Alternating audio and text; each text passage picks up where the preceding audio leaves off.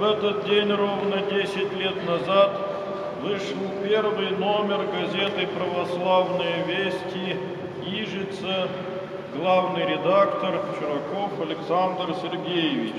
В связи с этим юбилеем владыка удостаивает архиерейской награды, архиерейской грамоты сотрудников редакции этой газеты, благотворителей и всех, кто помогал выпускать эту газету и распространять ее.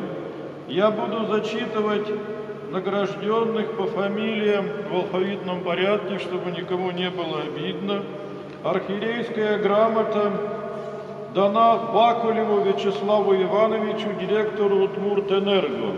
Издание «Православная газета», которая выходит в Удмуртии трудами Александра Сергеевича, его сотрудников и всех благотворителей, всех, кто сегодня награжден и кто остался ненагражденным, но также вносил какую-то лепту в труды редакции, в распространение этой газеты.